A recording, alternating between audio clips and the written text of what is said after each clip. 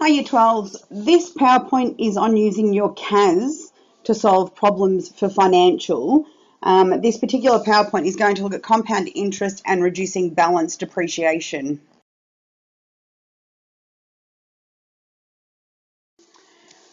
This is super important on rounding.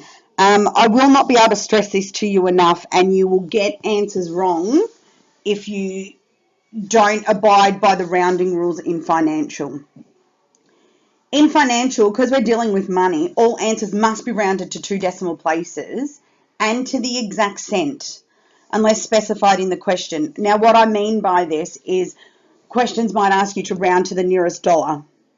But if the question doesn't specify rounding, you must round to 2 decimal places. We live in the digital world of money, and in the digital world, everything goes to the nearest cent. For example, if you put petrol in your car and you accidentally put in $20.01, if you pay by your EFTPOS card, you will be charged $20.01. If you pay by cash, you will be charged $20. Okay, this is because we don't have 1 and 2 cent coins anymore. However, you've got to keep remembering, always round to 2 decimal places. Even though when we deal with physical cash at the supermarket, your takeaway food places, everything gets rounded to the nearest 5 cents. This is a big no-no in Chapter 8 and Chapter 9. Please, I cannot stress this enough. Do not round to the nearest 5 cents. You will get so many questions wrong doing that. Always remember, it must be to 2 decimal places and always to the exact cent.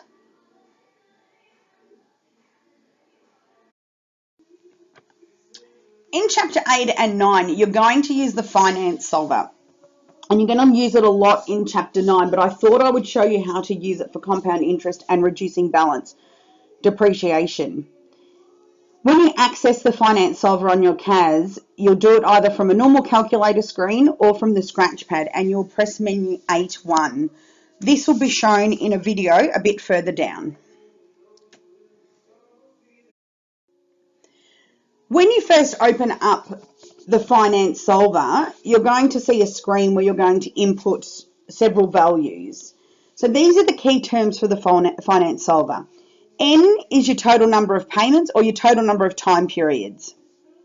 I is the annual interest rate, and it always needs to be entered in as an annual interest rate, even if you're compounding monthly or quarterly. Your PV is your present value of the loan or the investment. So that's the amount of money you currently have at the moment. Your PMT is your payment. Your future value, your FV, is how much money you're going to have at the end of the loan or investment. PPY and CPY will almost always be the same, and that's the number of payments per year. So if you were doing quarterly, this is where you would enter the 4 for PPY and CPY. If you're doing monthly, you would change PPY and CPY to 12.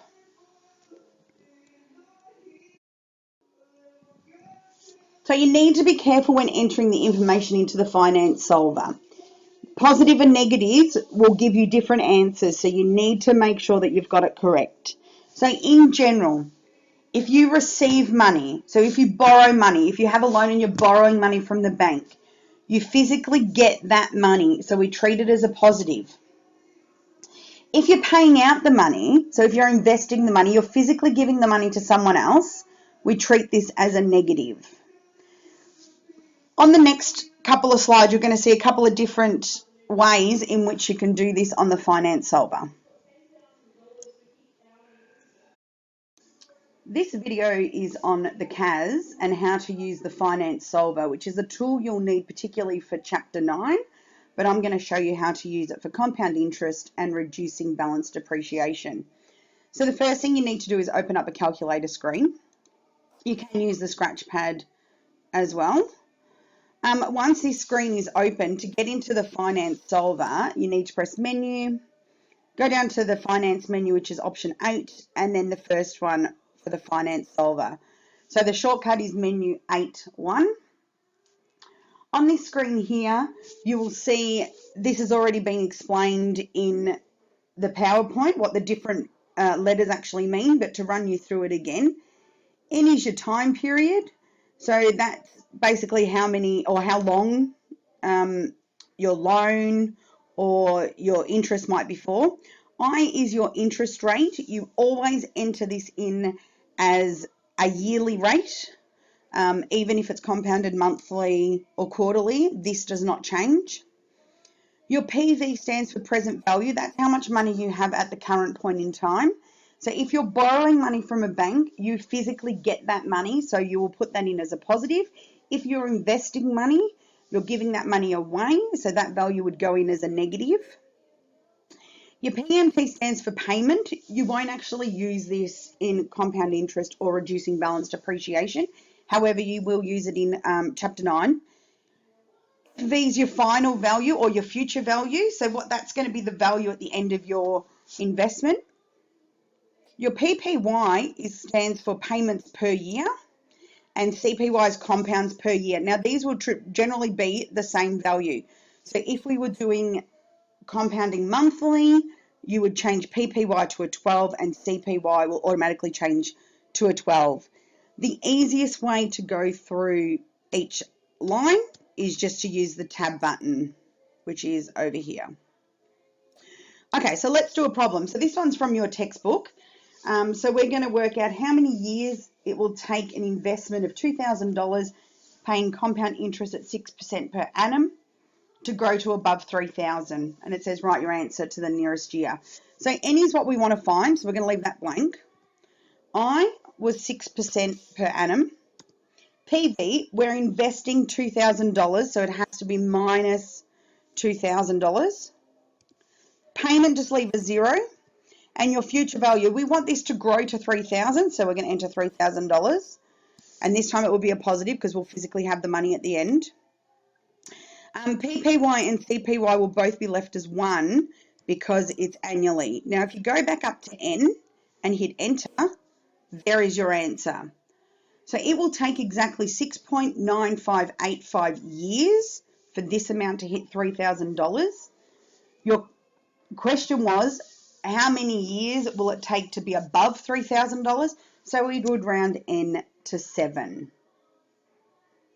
Okay, so that's how you can do it for compound interest.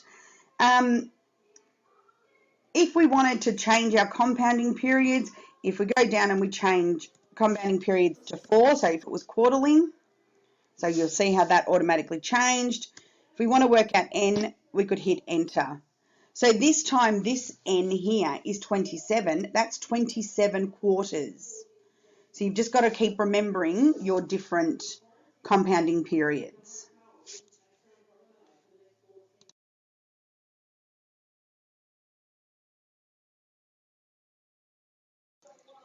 Okay, year 12, so here's going to be an example on reducing balance depreciation.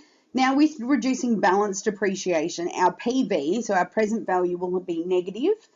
And anytime you enter in an interest rate, it will be negative to symbolise that we are doing depreciation. So again, add screen, menu 8.1, we'll get your finance solver up.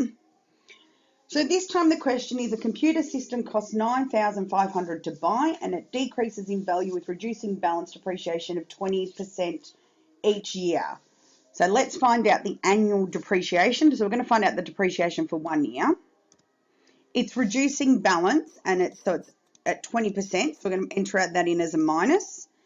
And we're going to put the computer in at $9,500. And we're going to hit enter on future value. So after 1 year, the computer is worth $7,600.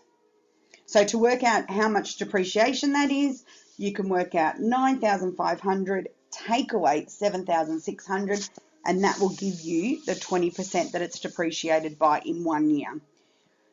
If, say, for example, we wanted to work out the value of the computer after 5 years, let's just change N to 5. Go back down to future value and hit enter. So after 5 years, this computer is now worth $3,112.96. Really important stuff here, that because we're talking about finance and we're talking about money, all digits must be rounded to 2 decimal places. Be careful of that. And please don't round to the nearest 5 cents. That's a big no-no.